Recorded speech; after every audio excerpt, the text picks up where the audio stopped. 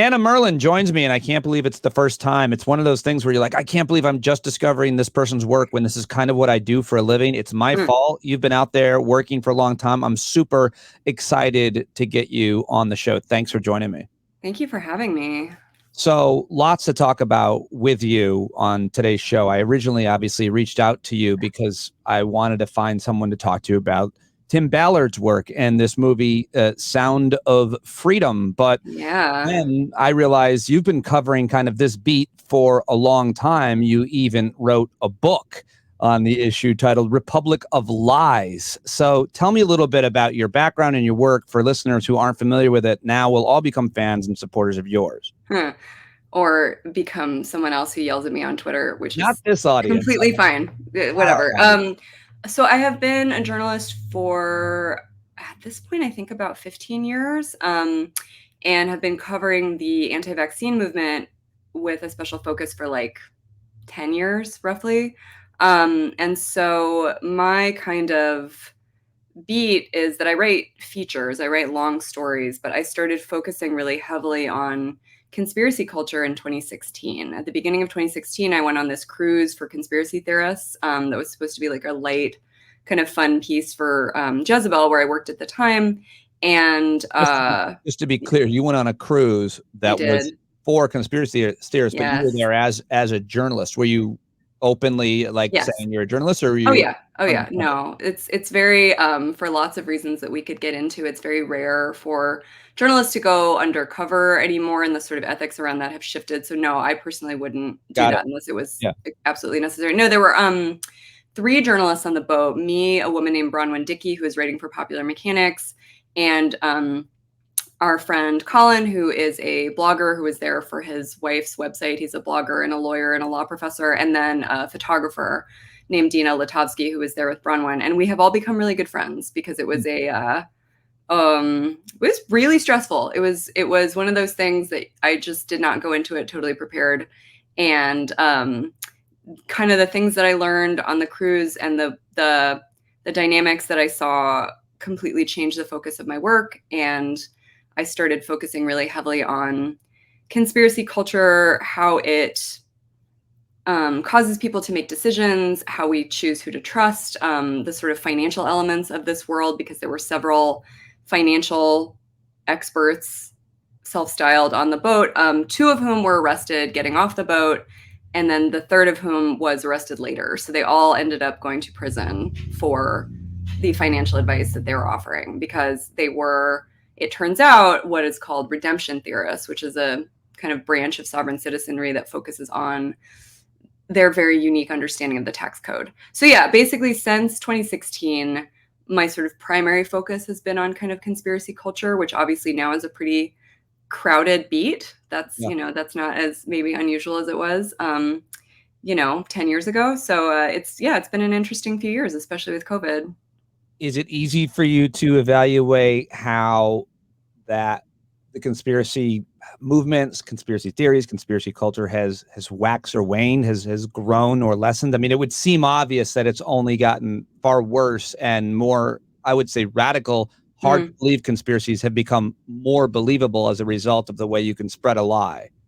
Yeah, I mean, we're living in super polarized times. COVID specifically, I think, created a lot more folks who were at least like receptive to medical conspiracy theories, not just about vaccines, but about sort of the overall like medical industry. So I'm seeing a lot more of that. But the other thing that tends to happen when you cover this stuff for a long time is that you see that there are a lot of kind of foundational ideas and kind of symbols in conspiracy theories that recur over and over and over again. So like one of my obsessions is tunnels, because there are so many conspiracy theories going back to the Middle Ages that involve tunnels and things that are underground. And you can do like a Jungian analysis of why that is, why people are obsessed with tunnels. But yeah, so I see new stuff, but I also see the same old stuff, specifically things that have roots in sort of anti-Semitic conspiracy theories from the Middle Ages that recur over and over again in different guises. And so, yeah, it's super interesting. I would not say it's made me like the most optimistic person in the whole world. But yeah,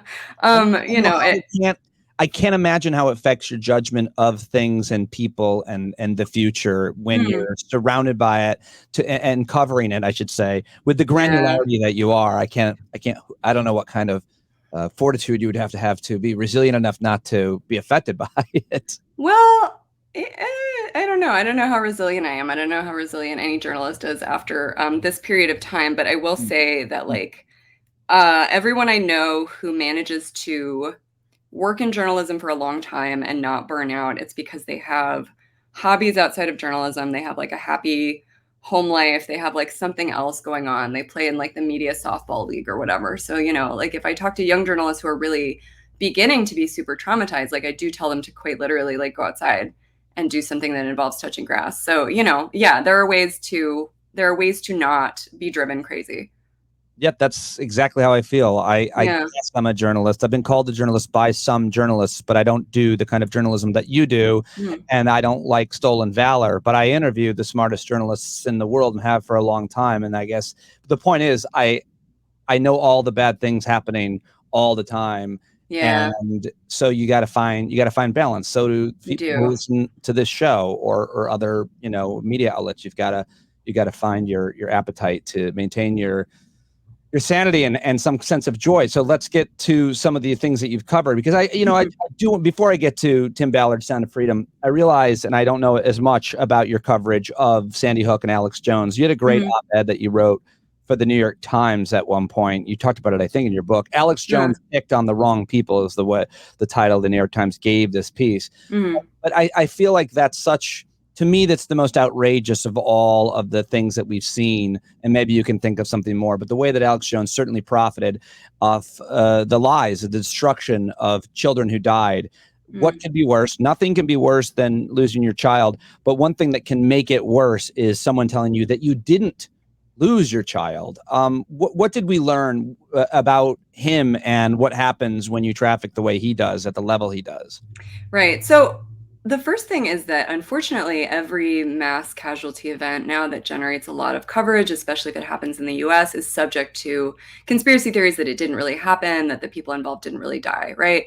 And of course, Alex Jones didn't invent what are called crisis actor conspiracy theories, but he was certainly like the biggest megaphone to spread them, which is partly why these families, eventually reluctantly decided to pursue legal action. They were pretty realistic about what it was going to do to their privacy, what it was going to do to the level of threats that they're already getting. And they chose to move forward because, in their minds, as they talked about at trial, things got so much worse when Alex Jones got involved. It's one thing to have a very small, small time person like, say, James Tracy or James Fetzer, two kind of prominent but lesser known kind of Sandy Hook truthers.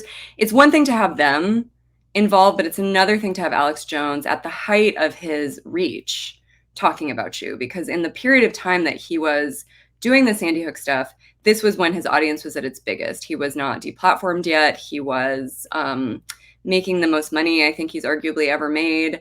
And, you know, I have been like the subject of his show when he was already deplatformed, and it's already like pretty, it's pretty distracting. So I cannot imagine what it would be like for these parents who are grieving, who are not people who are by and large like knew a lot about conspiracy theories or media, and to have had to deal with that. So yeah, I Like, you would covered sign up for it. yeah, Like, you're a journalist, you know that this is a possibility. right. These people lost their child and they Mhm. became victimized even further and exploited. Yeah, they did. And if you haven't read Elizabeth Williamson's book about Sandy Hook, it's really incredible. It's really kind of a masterpiece. It's about the families and about what they went through, and it's just very, very focused on them rather than on Alex Jones. It's beautiful. It's very hard to read. I had to put it down a few times, but it's very good. And she is a journalist at the New York Times who also covered the trial when it Sandy was Hook, trials. an American tragedy in the battle for truth. Elizabeth Yes. Williamson. Yeah. Yeah, it's excellent. It's very, very good. It's very sad. And she did the work of, getting these families to talk who were so traumatized from their experience with media. This is something that also kind of doesn't get talked about, is that like some of the Sandy Hook families had really intrusive experiences with journalists. Like the day their children died, they had people like trying to get into their houses under false pretenses and, photographing them every time they went outside. And it was really, it was a really, really, really tough landscape for them. So we go from that horrible conspiracy theory and Alex Jones to some of the other things that you've been covering. And I want to get into this story about Tim Ballard, the Sound of Freedom, and his organization. As I think I told you in an email, I interviewed him in like 2013. I was trying to find out when it was. And it was I was at Sirius XM and he was pitched. And so there's a certain vetting that goes into that, I thought. And I vetted him further, and there wasn't a lot out there. And he seemed super interesting, former national security expert in the government. I bought it, all of it, and I interviewed him. But I knew then, because I do have a certain sense of people, that there was something off about him, that it seemed like he was making it a little bit too much about him. That's always something you can pick up on, of course. And you and your colleagues at Vice have done, I think, the best journalism on this guy. And I want to get into it, but I think just before we have to talk about the kind of disclaimers about the truth, if you can, if we will, about sexual trafficking, human trafficking, labor trafficking, and why it's a terrible thing, it's happening, and why it matters. But to me, the biggest problem that I've seen, Anna, is an insidious epidemic of parents who think their kids are going to get kidnapped. And this film, Sound of Freedom, only perpetuates it. There's a statistic that so many Americans believe that over almost 1 million kids have been kidnapped, and the classic terrifying way. And I believe that is so pervasive and spreads that it really affects people's behavior in so many ways. And I want to save them. There's a lot to worry about in the world, but this is not something that has to be on your mind. And so that's just kind of where I wanted to start. And I'm sorry I don't have a question for you to pick up on. But I think that's so. First of all, the period of time that you interviewed Tim Ballard was the period of time when OUR was getting a lot of uncritical coverage in mainstream news. Yeah. So it just all of which is to say, like, you were not the only person who was like, who offered him that kind of platform. That wouldn't be fair to say. So the second thing is that, parents are worried about their kids getting snatched for a couple reasons. One is that there is a huge industry to promote that point of view, and to oversimplify ideas about what trafficking is and what trafficking looks like. And the second is obviously, and this is only somewhat related, like in the US, you are really not allowed to allow your children to do things like, walk home from school by themselves or wait in the car for you in the, while you're in the grocery store, which is, I think, something a lot of us who are older grew up with, because you will get arrested, right? So there's a lot of things going on to create a sense of anxiety for parents about, allowing their kids to be alone. But the trafficking piece of it tends to come from a oversimplification of what trafficking is and what it looks like. So my colleague and editor, Tim Marchman, and I have written this series of stories about OUR and the anti-trafficking industry, and have talked to a lot of, experts, academics, people who work in government, people who work at NGOs, who deal with this problem every day. And the reality is that most people are trafficked by someone they know, a family member, a romantic partner, and trafficking doesn't look like throwing someone into a van and kidnapping them most of the time. That does happen. It's not to say it never happens, but a lot of times, folks that I've interviewed have been like, I did not realize I was being trafficked because the depiction that I saw was being thrown into a van. And what happened to me, like I interviewed somebody who was kicked out of his home as a teenager for being gay, was taken in by an older man who promised to take care of him, and then coerced him into sex work through a, kind of bogus massage business. And so this is much more common. People who have romantic partners or family members coerce them into commercial sex, or labor.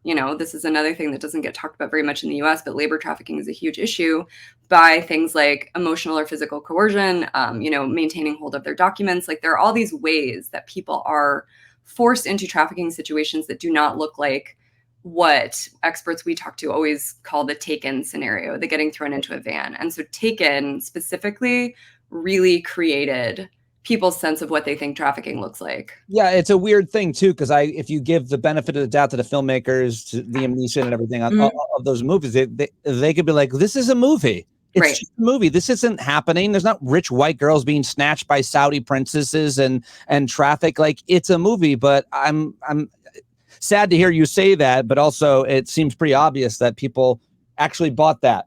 Like, really, I haven't seen Taken. I really need to watch it. you need to watch every single thing Liam Neeson does. I think I would love him, truly do. But yeah, I mean, so the interesting thing that's happened with Sound of Freedom is that when the filmmakers are sort of pressed on some of the less believable specifics of the movie, or when OUR is pressed on it, they say, well, it's a movie. And then the rest of the time they say, but it is based on a true story, and a lot of this really happened. And so they have, again, in my opinion, have sort of maybe tried to play it a little bit both ways, where when they get fact checked, it's a movie, and when they want to, rally the audience, then it is based on a true story. Very well said, and probably one of the more important outcomes or questions, I think, of that film, and the way they have it both ways. But you guys have a story at Vice where you reached out to tons of people who had been trafficked and are now working in organizations, nonprofits, NGOs to fight that. They're being attacked and criticized and blamed and not being heard. That is everybody should read this. It should be the award-winning piece of journalism. Here it is: Trafficking Survivors and Advocates. I just lost it in my notes. Sorry, I was really nailing that. Trafficking survivors and advocates are being harassed by Sound of Freedom viewers, fans. Yeah. I mean, a lot of people. Who you talked to in that article and what you learned. Give me some of the. Well, so a lot of the people I talk to are either trafficking survivors who now work in the anti-trafficking space, or they are longtime advocates who have worked, directly with people who are survivors of trafficking. And so they all had really complicated feelings about the movie, mostly negative. And when they have tried to talk online about their misgivings and their doubts about what the movie portrays, they literally get called groomers. They literally get told that they must themselves be child abusers, which, again, for people who in some cases have been groomed, were sexually abused as minors, have overcome the difficulty of having that happen to you. It's pretty painful for them. And so what they said was, and experts in the anti-trafficking field have said this to us so many times, when people have this cartoonish idea about what trafficking looks like, they don't recognize it when they see it at home. Like, they don't recognize labor trafficking when they see it, and they don't think that they can help, So a lot of the groups that we talk to, I would be like, what do you need? And they would say, well, we have this group for survivors. It's a dinner, and we need people to drive these women, because that group was all women, to this dinner. And we need reliable childcare so these women can focus on the work that's happening at these dinners and not have to take care of their kids for an hour. And that's very simple. Or like, hey, we need someone to go through the clothing closet. We need someone to do some filing. But these things are not sexy. And busting down a door or, freeing someone from a cage seems very exciting. And so some folks who are really drawn to the Sound of Freedom narrative are less likely to want to participate in these ways that are maybe a little bit more, they're just less exciting. They're more kind of like day to day. Well, at the end of Sound of Freedom, there's an ask by Jim Caviezel, apparently, I haven't seen it, for people to tell people to go buy tickets to go see this movie, when you easily made a massive difference. Millions of dollars could have been raised for the 10 organizations that scrolled up, that were actually, that they could have linked to in that movie, promoted in that movie, but instead they just promoted themselves. And the truth is, it really does all look like a grift, a scam. You guys have done great reporting on the organization, the Underground Railroad organization, and Tim Ballard, who recently just stepped away. Your reporting on this shows a lot. The bottom line to me is, when a journalist like you reaches out to corroborate a piece of biographical information of Tim Ballard or ask about the organization and doesn't get the right response, well, then they're lying to us. I mean, there's tons of organizations that would answer a journalist question, perfectly fine question that you're asking about the record, about where they worked, and you would give that record for a politician, a business leader. That's not the cooperation that you got, is it? So we had an interesting experience with OUR. In fairness, their spokespeople have worked with us on some of our queries, not all of them. So basically, what happened was my editor, Tim Marchman, and I, who I'll call Marchman because we're also talking about Tim Ballard and it gets confusing. Marchman and I first read about OUR because our colleague, David Bixenspan, who writes about wrestling, wrote this thing about a WWE referee's support for OUR. And we were like, there's a lot of claims being made that we are curious about. And so I think the first thing Marchman did is he just reached out and asked for a list of countries where OUR works. And we started sort of looking at what the organization did, not with any particular aim, just with a sort of sense of curiosity and a sense that maybe there's more to the story. And then literally like a week or two later, we learned that they were under investigation in Utah by a Utah county attorney named Troy Rawlings. Started this investigation, which has since been closed. Right. No charges have been filed. We do know that the investigation ultimately and also involved federal agencies, including the FBI, but the investigation is closed. No charges were filed. That did not come to anything. So in the course of looking into OUR for our first story, a couple things happened. The first was that we talked to a bunch of domestic law enforcement agencies who told us that they had stopped working with OUR because they started to feel like OUR would, in some cases, give them a very small amount of money and then take credit for domestic operations. And so, or just, these law enforcement agencies had become aware that OUR was somewhat controversial and they decided that it was like not worth the trouble. The other thing was that we found what would prove to be a really consequential story for us, which was the true story of this woman that OUR has referred to as Liliana, who is a trafficking survivor and who OUR's version of how they intervened in her life is just flatly not true. And we were able to figure out what is true. So that was our first story. And you were able to figure out what was true. Mm-hmm. And the case was they didn't save her. They didn't rescue her. She rescued herself. She escaped herself. And this isn't necessarily an uncommon narrative, but that's what I mean. I mean, for me, that's it. When I read your reporting that they misrepresented that they were the savior, arguably white savior in a lot of cases, of a young girl who they weren't. That's it for me, Anna. As in terms of credibility, you lied about saving a kid that you didn't save, thus taking agency from that young girl and probably other people who might be somehow taken or detained in any way. It's a terrible thing to do and should destroy your credibility entirely. At least it did with me, but maybe I'm missing something. Maybe I should be more sympathetic to the organization. I think that OUR and Mr. Ballard would argue that they helped her in some way that we have not been able to get them to talk about in detail. They certainly didn't rescue her. That is not true. And they would probably argue that they have conducted other raids and rescues, especially in foreign countries, that they can't talk about due to operational security. That is my understanding of how they would convey the story of what OUR does. And you can see that I'm being very careful, both because I continue to want to be fair to them. This is ongoing work. We are writing a new series of stories about them this week, and continue to welcome their feedback and their comment. But also because, they have made so many claims over the years that it has been hard to run them down. I feel like we're still 3 years in, we're still kind of peeling the onion, Well, I hope that you'll keep doing it and doing a great job at it. Just tell me one more detail about these operations. You write in depth. You've done investigations into the operations themselves. Some of the people who work there or formerly worked there, some former special forces people. And, one way to read it is that they're slapdash. They're unorganized. They're unprofessional. You could even say in some cases, it looks a little bit like entrapment, that they go to some foreign country. They set out an operation. They put out bait of a child. They get someone to come. They snatch them. They take credit. They raise their profile. They raise money.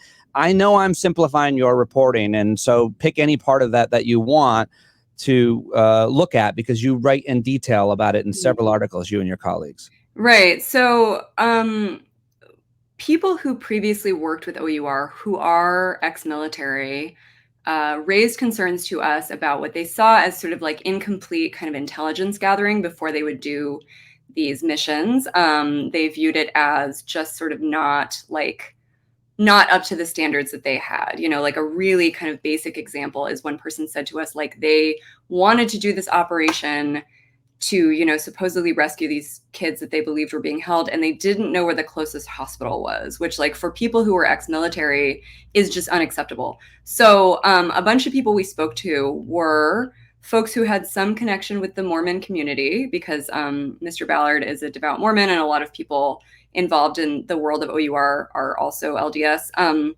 So a lot of these folks were ex-Mormons or ex-military and wanted to get involved in OUR because they really wanted to, like, make a difference. And so one of the more shocking things that we found that we've reported on and that we have some more reporting to release soon is that OUR relied really heavily on a psychic named Janet to give them intelligence that she was literally getting through her, like, visions to direct some of these operations. And so, yeah.